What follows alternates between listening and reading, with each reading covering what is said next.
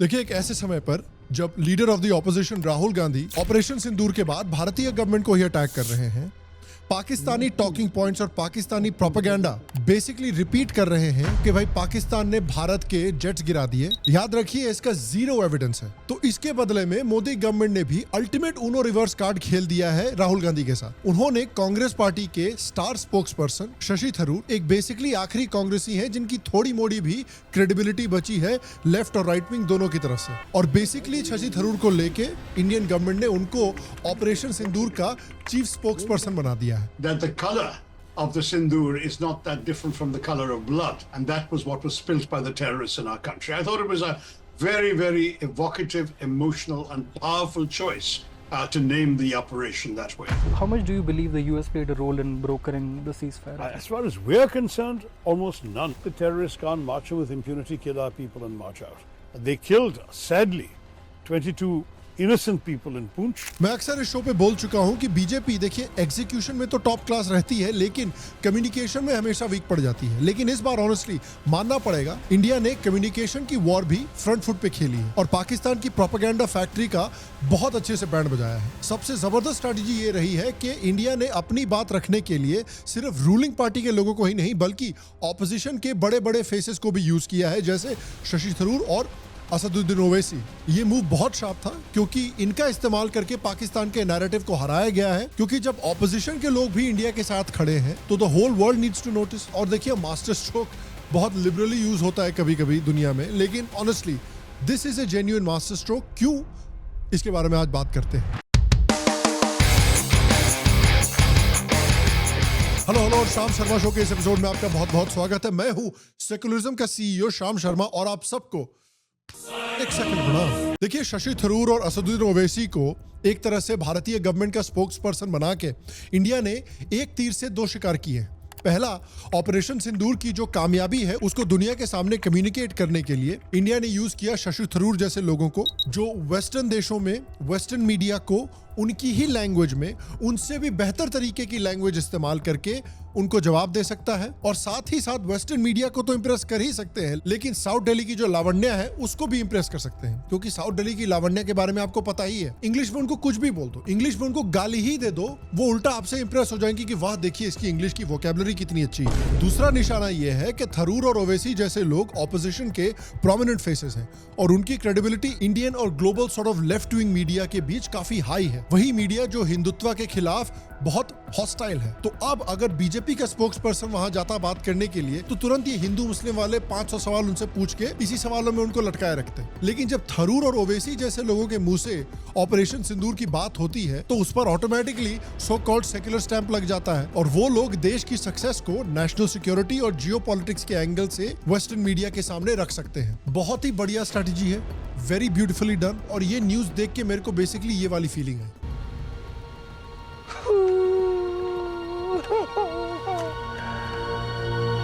तो ऑपरेशन सिंदूर आपको पता ही है, जिसमें भारत ने पाकिस्तान के 100 से ज्यादा आतंकी साफ कर दिए। उसके साथ साथ अप्रोक्सीमेटली 50 पाकिस्तानी सोल्जर भी हुरों के पास भेज दिए हैं, उनके 11 एयर बेसेस और 9 आतंकी वर्कशॉप्स भी उड़ा दिए हैं। साथ ही 600 प्लस चाइनीज और टर्किश ड्रोन्स भी साफ कर दिए हैं। और इस मैसिवली सक्सेसफुल ऑपरेशन सिंदूर के बाद कुछ इंटरेस्टिंग चीजें हुई हैं। पहला तो ये हुआ है कि आसिम मुनीर की इतनी घटिया परफॉर्मेंस से इतना खुश हुए कि आसिम मुनीर ने खुशी में आसिम मुनीर को फोन किया, और आसिम मुनीर को फोन करके आसिम मुनीर ने कहा कि मैं आसिम मुनीर के काम से बहुत इंप्रेस्ड हूं और इसलिए मैं आसिम मुनीर को प्रमोशन देके फील्ड मार्शल बनाना चाहता हूं। दूसरी तरफ ऑपरेशन सिंदूर के बाद भारत ने एक बड़ा ग्लोबल अवेयरनेस कैंपेन शुरू किया है, जो एक इंटर पार्टी इनिशिएटिव है, और इसमें से एक ग्रुप्स के लीडर है कांग्रेस एमपी शशि थरूर। इसके लिए शशि थरूर ने सोशल मीडिया पे पोस्ट करके इसको काफी हैप्पीली एक्सेप्ट भी किया है, इस रिस्पांसिबिलिटी को। थरूर को एक ऑल पार्टी डेलीगेशन का लीडर बनाया गया है, जो इंटरनेशनल लेवल पर ऑपरेशन सिंदूर का पक्ष रखने वाला है। मिशन का ऑब्जेक्टिव है कि पाकिस्तान के आतंक के सपोर्ट को पूरी दुनिया के सामने रखा जाए, जिसमें ये inter party leaders US, UK, EU, Russia, Japan, south Africa, Brazil, Saudi Arabia, UAE जैसे मेजर रीजन में जाकर भारत की बात रखेंगे। और खास बात यही है कि इस बार ये डेलीगेशंस मल्टी पार्टी है, सिर्फ बीजेपी इसमें नहीं है, बल्कि Congress, DMK, Shiv Sena, RJD, AIMIM, JDU, NCP, इन सभी पार्टीज के लीडर्स इनमें शामिल हैं। इसमें शशि थरूर के साथ साथ ओवैसी जैसे बड़े ऑपोजिशन लीडर्स भी शामिल हैं। और कसम से यार, जितना मोदी ने नहीं गरियाया ना पाकिस्तान को, उतना ओवैसी ने गरियाया है ऑपरेशन सिंदूर के समय पे पाकिस्तान को। हम कुछ एग्जांपल्स आपको थोड़ी देर में दिखाते हैं, क्योंकि पाकिस्तानी तो इनसे भाईचारा एक्सपेक्ट कर रहे थे, उल्टा ओवैसी ने इनको मां बहन चारा दे दिया है। इनफैक्ट शशि थरूर को ये जो लीडरशिप पोजीशन बीजेपी गवर्नमेंट की तरफ से दी गई है, ये अंडरस्टैंडेबल भी है, क्योंकि शशि थरूर उन पहले ऑपोजिशन लीडर्स में से एक थे जिन्होंने ऑपरेशन सिंदूर के समय पर पाकिस्तानी आतंकियों को बहुत क्लियरली कॉल आउट करना शुरू किया था। और जिस तरह का पाकिस्तानी प्रोपेगेंडा उनकी खुद की पार्टी के लीडर राहुल गांधी फैला रहे हैं, वैसा उन्होंने नहीं फैलाया। शशि थरूर का स्टैंड क्लियर था कि ये एक आतंकी अटैक है और आतंकियों को तो बिल्कुल भी नहीं छोड़ना चाहिए। Look, terrorism has to be resisted. On that, the country is united. Even on Pahalgam, the government has apparently identified at least 3, possibly 4 of the 5 perpetrators, and they have vowed they will go after these people whenever, wherever they will get them, and I am 100% supporting the government on such a decision. Shashi Tharoor ने पाकिस्तान के आतंकी training camps के बारे में भी clear बात की है, जो शायद ही कोई कांग्रेसी प्रॉपर्ली कर रहा है। That people from Pakistan can't just come across the border, kill innocent civilians who are just enjoying a tourist holiday and walk back across without having to pay a price for it. These are extremely well-known terror bases, the headquarters of the Jaish-e-Mohammed in Bahawalpur and the headquarters of the Lashkar-e-Taiba in Muridke. These are not innocent places. दूसरी तरफ आप देखिए कि TMC ने इस all party delegation से वैसे ही दूरी बना रखी है जैसे पाकिस्तानी पीएम को देखते ही बाकी देश के लीडर्स दूरी बना लेते हैं कि ये साला फिर आ गया पेटीएम से भीख मांगेगा। टीएमसी के लीडर सुदीप बंदोपाध्याय ने डेलीगेशन में पार्टिसिपेट करने से मना कर दिया है। उन्होंने कहा है कि भाई हेल्थ रीजंस की वजह से। उसके अलावा टीएमसी के एमपी यूसुफ पठान, जिनका नाम पहले लिस्ट में था, उन्होंने भी इस लिस्ट से अपना नाम वापस निकलवा लिया है। और आप देखिए कि जिस समय पे ये लीडर्स पूरी दुनिया का टूर लेने वाले हैं, वहां पर जाकर ऑपरेशन सिंदूर की सक्सेस को एक्सप्लेन करने वाले हैं, उसी समय पे, उस क्रूशल समय पे आप देखिए कि राहुल गांधी जो है ये ऑपरेशन सिंदूर के सक्सेस को क्वेश्चन कर रहे हैं और पाकिस्तानी प्रोपेगेंडा को अपने सोशल मीडिया पर प्रमोट कर रहे हैं, जिससे पूरी दुनिया को गलत मैसेज जाएगा। एक ऐसे टाइम पर जब उनके खुद के पार्टी के लीडर्स पूरी दुनिया का टूर लेने वाले हैं, जहां पर वो इंडिया का पॉइंट ऑफ व्यू रखने वाले हैं। और इनके बारे में हम थोड़ी और बात करेंगे, बट पहले बात करते हैं शशि थरूर के बारे में। देखिए, पिछले कई सालों से वेस्टर्न मीडिया ने एक स्पेशल प्रिविलेज एंजॉय किया है ग्लोबल नैरेटिव सेट करने का, चाहे बात हो मिडिल ईस्ट की, अफ्रीका की, एशिया की। वहां पर बीबीसी, न्यूयॉर्क टाइम्स, गार्डियन जैसे जो बड़े आउटलेट्स हैं, वो खुद को हमेशा एक न्यूट्रल वॉचडॉग्स की तरह दिखाते हैं, जैसे कि वो ह्यूमन राइट्स, डेमोक्रेसी और प्रेस फ्रीडम के असली रक्षक हों। लेकिन बेसिकली ये लोग अपनी प्रिविलेज पोजीशन का इस्तेमाल करते हैं अपना नैरेटिव दूसरे देशों के ऊपर थोपने के लिए, जो उन्होंने भारत पे किया है कई सालों से। स्पेशली क्योंकि वो इंग्लिश में अपना प्रोपेगेंडा फैलाते हैं, इसलिए भारत से जनरली उनको अच्छा जवाब कई सालों से नहीं मिल पाया है। लेकिन एक आदमी है जिसने बार बार वेस्टर्न मेन स्ट्रीम मीडिया को एक अच्छा चैलेंज दिया है, और वो है Shashi Tharoor. As Tom Lehrer said in the famous lyric, "The Lord's our shepherd," says the psalm, but just in case, we better have a bomb.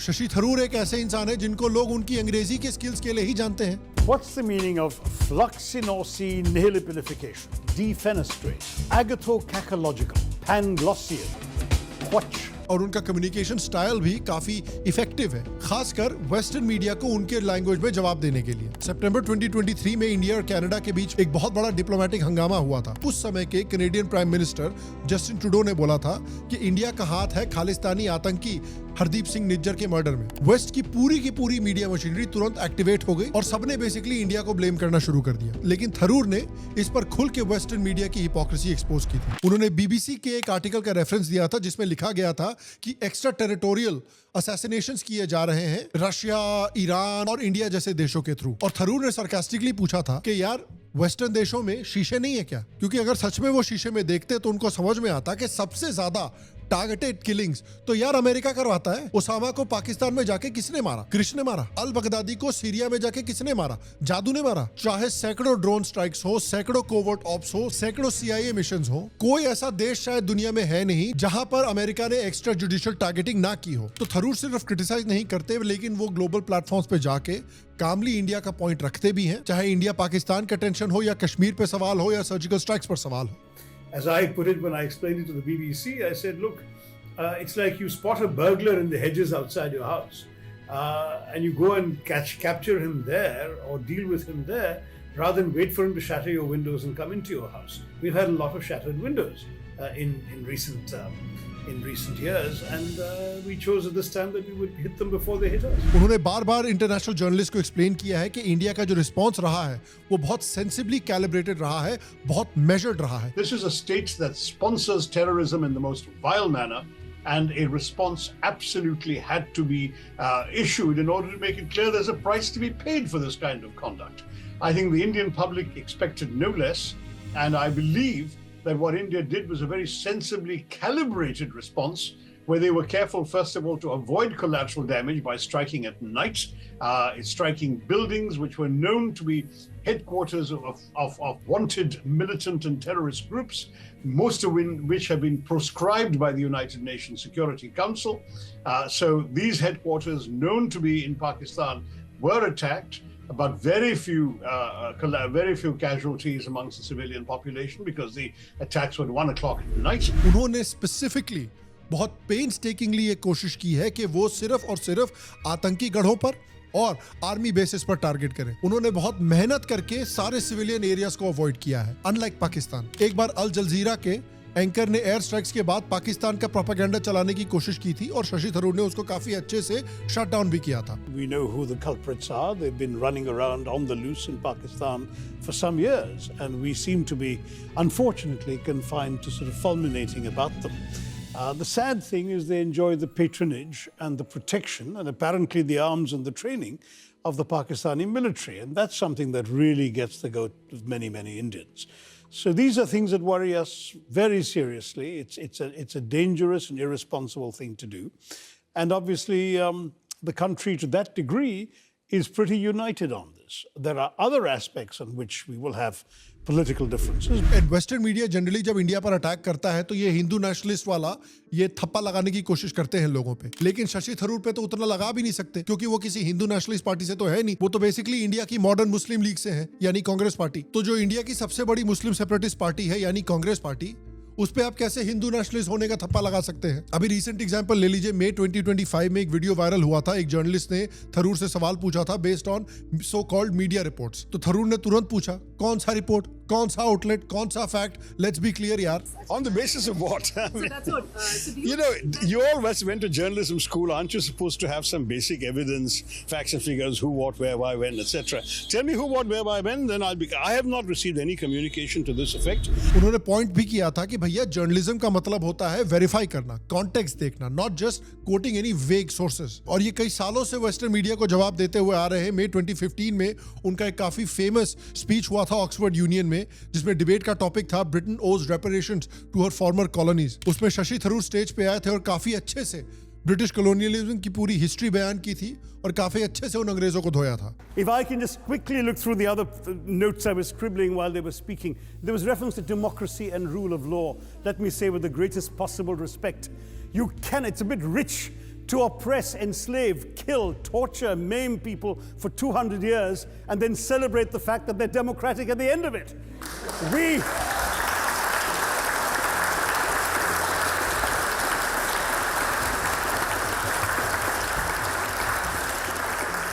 We were denied democracy, sir. We had to snatch it, seize it from you.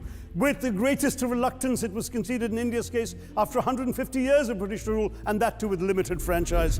और काफी clearly उन्होंने point out किया था अंग्रेजों को कि Bengal famine जो हुआ था, जिसमें ऑलमोस्ट 3 से 4 मिलियन लोग मारे गए थे, ये चर्चिल की रेसिस्ट पॉलिसीज की वजह से हुआ था. Staying with India, between 15 and 29 million Indians died of starvation in British-induced famines. The most famous example, of course, was the Great Bengal Famine during the Second World War, when 4 million people died because Winston Churchill, deliberately as a matter of written minuted policy, proceeded to divert essential supplies from civilians in Bengal to sturdy Tommies and Europeans as reserve stockpiles. He said that the starvation of anyway underfed Bengalis mattered much less than that of sturdy Greeks. This is Churchill's actual quote. And when conscience-stricken British officials wrote to him, pointing out that people were dying because of this decision, he peevishly wrote in the margins of the file, "Why hasn't Gandhi died yet?"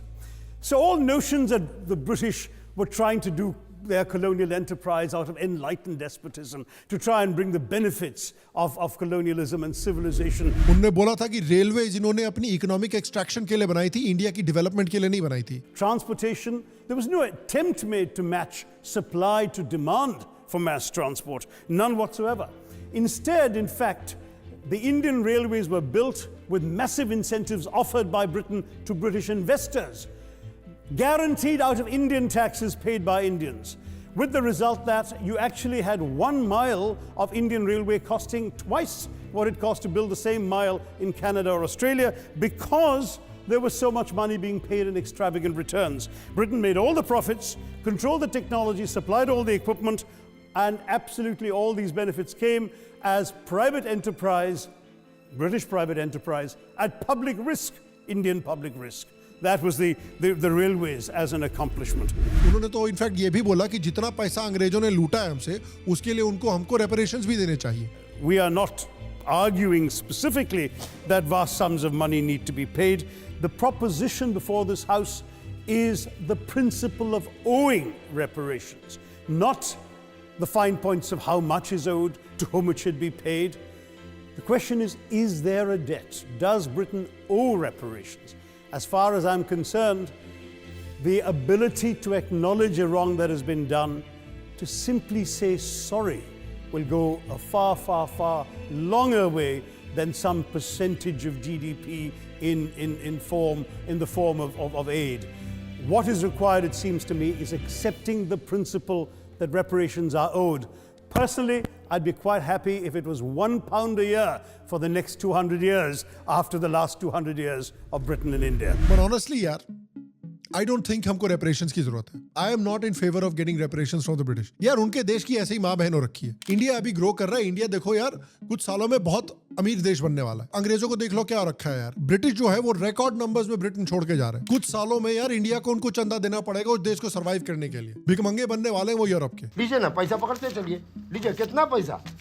Basically they are on their way to becoming the Pakistan of Europe. उनकी population ऐसी पाकिस्तानी होने वाली है कुछ सालों में. नहीं चाहिए उनके पैसे हमको यार, उनको रखने दो, उनको जरूरत पड़ेगी. और ये जो उनकी स्पीच थी ऑक्सफोर्ड यूनियन में, ये काफी वायरल हुई थी. यूट्यूब पे मिलियंस ऑफ व्यूज भी आए थे. और ऑपरेशन सिंदूर के पहले भी कई बार उन्होंने वेस्टर्न मीडिया के डबल स्टैंडर्ड्स को एक्सपोज किया है. UN, the US, the EU, the good old Norwegians come along and try and broker a peace deal to this seemingly never-ending conflict. You all say we don't want any outside interference. That's right. Why? Well, first of all, I don't think we have any problem understanding each other, the Pakistanis and us. We don't need a third party. Seem to have a problem come in meeting and each other. Well, as far as we're concerned, if terrorism were to stop, we can talk about everything. Don't forget there have been talks about Kashmir as recently as during the governments of Prime Minister Manmohan Singh and General Musharraf in Pakistan. Given 68 years later, your two countries still can't sort this problem out on their own, why not have outside involvement? You clearly are not able to do it on your own. Because the fundamental problem in the the fundamental problem in the India-Pakistan relationship is not Kashmir. It is the nature of the Pakistani state. You think it's not Yeah, Kashmir. well, they say it is Kashmir. Well, so why should I do something I don't believe in? I'm telling you it's not Kashmir. I'm telling you it's got to do. So how does this end? How does this end, Shashi? It only ends when Pakistan stops being the kind of state it is, where the military, to justify its disproportionate share of its own country's assets, budget and GDP, foments hostility on both sides of its borders, both in India and in Afghanistan, to justify its disproportionate. उन्होंने middle eastern media जैसे कि अल जजीरा और अल Arabia पे भी India के case को काफी अच्छे से डिफेंड किया है. I certainly hope not. Certainly India has no interest in that whatsoever.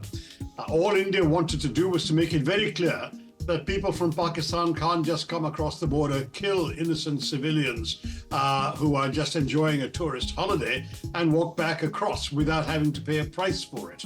So all India did was react in self-defense to a terrorist outrage. And India did so in an extremely careful and calibrated manner, and making sure they struck only known terrorist bases and headquarters, did so only at night when there were likely to be no civilians wandering around the streets. जो शशि थरूर ने किया है, that actually takes a lot of political courage, और इसलिए उनको थोड़ा credit देना भी चाहिए कि उनके आर्ग्यूमेंट्स के थ्रू वो कांग्रेस के कलेक्टिव आईक्यू को एटलीस्ट रूम टेम्परेचर से बढ़ाकर बेकिंग टेम्परेचर तक ले जाने की कोशिश कर रहे हैं. क्योंकि अब बात करते हैं हम जरा राहुल गांधी की, क्योंकि उनका बिहेवियर अनफॉर्चुनेटली काफी सैड लेकिन काफी प्रिडिक्टेबल भी रहा है। राहुल गांधी इस समय पर ओपनली पाकिस्तानी प्रोपेगेंडा स्प्रेड कर रहे हैं अपने सोशल मीडिया पर, ओपनली क्लेम कर रहे हैं कि पाकिस्तान ने हमारे जट गिरा दिए हैं। पाकिस्तान भी यही प्रोपेगेंडा फैलाने की कोशिश कर रहा है, हालांकि पाकिस्तान ने कोई प्रूफ नहीं प्रोवाइड किया है। राहुल गांधी के पास भी कोई प्रूफ नहीं है, एक श्रेड नहीं है सबूत का उसके ऊपर से। लेकिन ये अच्छा हुआ कि राहुल गांधी की सबसे बड़ी बेइज्जती तब हुई जब उनकी पार्टी का सबसे ज्यादा क्रेडिबिलिटी वाला लीडर यानी शशि थरूर वो भारत के साथ और गवर्नमेंट के स्टैंड के साथ पूरी तरह से खड़ा है। एक समय पर जब राहुल गांधी एक ऐसे देश के साथ खड़े हैं जिसका डिफेंस मिनिस्टर CNN के इंटरव्यू में जाके बोलता है कि हमारे पास प्रूफ नहीं है, आप सोशल मीडिया पे जाके चेक कर लीजिए। Pakistan claims it shot down 5 Indian Air Force jets and a drone, as I understand it. India says there's no evidence of that, no proof. So can you provide They more have admitted detail? that Hold on. it's all over the social media, on Indian social media, not on our social media. अबे जल्दी बोल, कल सुबह पनवेल निकलना है।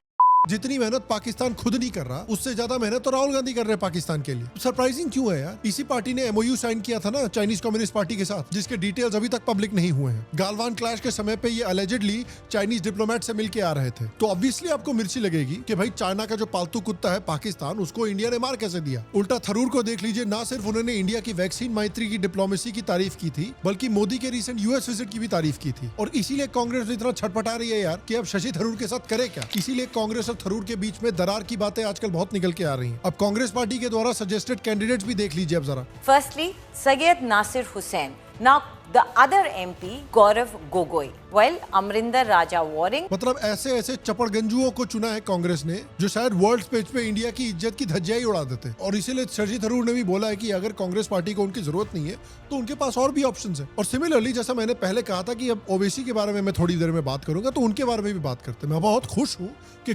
भारतीय government ने ओवैसी को भी चुना है to represent India point of view, क्योंकि जितना ओवैसी ने पाकिस्तान को धोया है ना, उतना तो शायद इंडियन आर्मी ने भी नहीं धोया यार। पाकिस्तान ये कहता है कि हम न्यूक्लियर बॉम्ब हमारे पास है, एटॉमिक बॉम्ब है। याद रखिए, अगर आप किसी मुल्क के अंदर जाकर मासूम लोगों को मारेंगे तो कोई भी मुल्क खामोश नहीं बैठने वाला है, चाहे हुकूमत किसी की भी हो। मगर इस तरह से आकर हमारी भारत की सरजमीन पर हमला करना और मजहब पूछ कर किसी को गोली मारना, तुम कौन से दीन की बात कर रहे हो? तुम तो खवारिज से बदतर हो, तुम तो आईसिस के जानशीन हो जो हरकत की। नारा लगाइए, पाकिस्तान मुर्दाबाद, पाकिस्तान मुर्दाबाद, भारत जिंदाबाद, भारत जिंदाबाद। जमात इस्लामी पाकिस्तान का एग्रीमेंट है चाइनीज कम्युनिस्ट पार्टी से। आप इस्लाम की बात कर रहे हैं, मगर आप जो चाइना के जिनजियांग में जो कत्लो गारतगिरी मुसलमानों से हो रही, आप एक जबान पे नहीं आता आपके। यकीन बोलो, ऑफिशियल भीख मंगे हैं पाकिस्तानी। इनके पास जो न्यूक्लियर बॉम्ब है उसको डिसार्म करने की जरूरत है, इसको खत्म करने की जरूरत। मतलब हम इतनी गालियां देते हैं पाकिस्तान को यार अपने चैनल पे, लेकिन शायद पिछले हफ्ते में हमने भी इतनी गालियां नहीं दी है पाकिस्तान को जितनी ओवैसी ने दी है। और देखिए, इन चीजों को हाईलाइट करना और अप्रिशिएट करना बहुत जरूरी है, क्योंकि देखिए इस चैनल पे हमारा शशि थरूर और ओवैसी की आइडियोलॉजी से काफी डिफरेंसेस रहे हैं। हमने इन पे कई बार वीडियो बना के खुल के इनको क्रिटिसाइज किया है, खुल के इनसे डिसएग्रीमेंट दिखाया है। लेकिन एक बात सिंपल है, ये दोनों भी इंडियंस हैं, और जब ये लोग इंडिया के लिए कुछ अच्छा करते हैं, कुछ पॉजिटिव स्टेप लेते हैं, तो हमें उसको एक्नॉलेज करना चाहिए और अप्रिशिएट करना चाहिए। नहीं तो फिर हम भी अंधे हो जाएंगे ना, और हमको उस तरह से अंधा नहीं होना चाहिए। ये दोनों अगर चाहते तो वो भी राहुल गांधी और ममता बनर्जी जैसा बिहेव कर सकते थे। जिस समय पूरा देश पहलगाम अटैक के बाद गुस्से में था, दर्द में था, पीड़ा में था, जब पूरा इंडिया आर्मी के साथ खड़ा था, गवर्नमेंट के साथ खड़ा था और पाकिस्तान को स्ट्रॉन्ग जवाब देने के लिए तैयार खड़ा था, तब अगर थरूर और ओवैसी चाहते तो वो भी पेटी पॉलिटिक्स खेल सकते थे राहुल गांधी और ममता बनर्जी की तरह। हिंदू मुस्लिम का नैरेटिव चला सकते थे। राहुल गांधी इस वक्त पाकिस्तान के नैरेटिव को एम्पलीफाई कर रहा है, बेसिकली पाकिस्तान का स्पोक्स पर्सन बन गया है। यार देश से गद्दारी करनी ही थी तो कम से कम अमेरिका और जर्मनी के लिए करते। ये डेवलप देश है यार, ये तुमको थोड़ा पैसा भी दे पाते।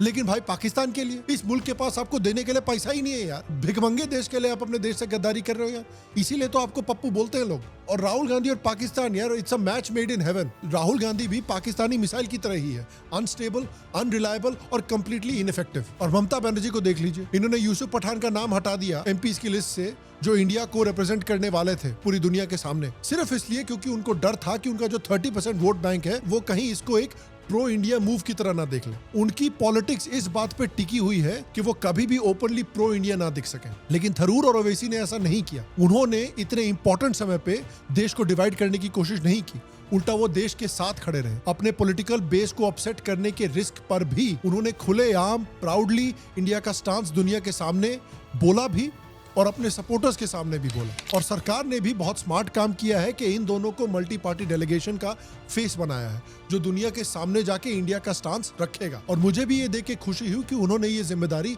खुशी खुशी एक्सेप्ट भी की है। सच में पाकिस्तान ने पहली बार लाइफ में एक काम तो अच्छा किया कि उन्होंने बीजेपी और ऑपोजिशन के बीच में पहली बार लाइफ में कोऑपरेशन करवा दी। This is a bigger miracle than Congress party appointing a non janeudhari Brahmin to the PM candidate post. This is a bigger miracle than Pakistani actually repaying a loan. लेकिन देखिए, हम इनकी तारीफ कर रहे हैं, इसका मतलब ये नहीं कि अब हम इनसे फ्यूचर में कभी डिसएग्री नहीं करेंगे। ऑफ कोर्स करेंगे यार। जब ऑपरेशन सिंदूर थोड़ा सेटल हो जाएगा, जब ये लोग वापस आ जाएंगे, जब फिर से देश का फोकस डोमेस्टिक पॉलिटिक्स की तरफ चला जाएगा, तो आई एम श्योर ये दोनों कुछ ऐसे स्टेटमेंट्स देंगे जो हमारे ब्लड प्रेशर को बढ़ाएगा। और फिर जब वो ऐसी चीजें बोलेंगे फ्यूचर में, तो हम उनको क्रिटिसाइज करेंगे, हम उनसे डिसएग्रीमेंट करेंगे। लेकिन जब देश को यूनिटी चाहिए थी, जब देश के लोगों को इनकी जरूरत थी, तब ये देश के साथ खड़े रहे। ये बात हमको याद रखनी चाहिए। जब राहुल गांधी और ममता बनर्जी जैसे बड़े बड़े नेता देश की पीठ में छुरा भोंक रहे हैं, तब इन्होंने देश का झंडा उठा के रखा। और इसके लिए इन्हें रिस्पेक्ट देना चाहिए और एडमिरेशन भी। और मैं आपसे पूछना चाहता हूँ कि क्या आप रिस्पेक्ट करते हैं इस बात को कि शशि थरूर और ओवैसी जैसे लीडर्स, भले ही हमारे उनसे बहुत सारे पर्सनल डिसएग्रीमेंट्स हो, कि इस समय पे, एक जरूरी समय पे जब देश को यूनाइटेड होना था, तो वो देश के साथ खड़े थे। हाँ या ना, आपको क्या लगता है नीचे कमेंट सेक्शन में मुझे जरूर बताएं। बाकी गाइस, आपसे अगले एपिसोड में मिलेंगे और तब तक स्वस्थ रहें, सुखी रहें, फिर मिलेंगे। और आप सबको एक सेकुलर प्रणाम और जय हिंद।